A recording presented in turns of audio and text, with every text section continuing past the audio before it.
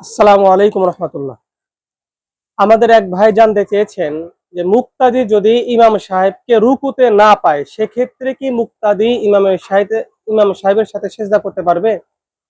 হ্যাঁ, এক্ষেত্রে মুক্তাদি ইমাম সাহেবের সাথে সেজদা করতে পারবে। শুধু তাই না, আমরা যে ভুলটা করে থাকি যে আমরা যদি মসজিদে প্রবেশ করার পর ইমাম সাহেবকে যদি রুকু থেকে ওঠা অবস্থায় পাই অথবা এক সেজদা দিয়েছে এমন অবস্থায় পাই, তাহলে আমরা নামাজে শরিক না হয়ে অপেক্ষা করি, হাঁটাহাঁটি করি যে ইমাম সাহেব এই রাকাত শেষ করে উঠুক, তারপর আমরা তার সাথে শরিক হব। এটা উচিত না।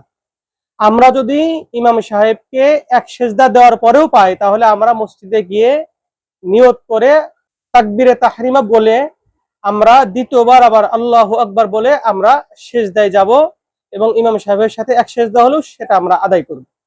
কেননা এই ক্ষেত্রে যদি আমি একবার সেজদাতে সুবহান রাব্বিয়াল আলা বলি, এটার সব আমার আমলনামায় লেখা হচ্ছে এবং হতে পারে এইটাই আমার একটা নাজাতের উসিলা হবে। এবং এই ক্ষেত্রে মাসআলা ওইটাই যে আমরা মসজিদে প্রবেশ করার পর ইমাম সাহেবকে যে অবস্থাতেই পাই না কেন আমরা তার সাথে অংশগ্রহণ করব।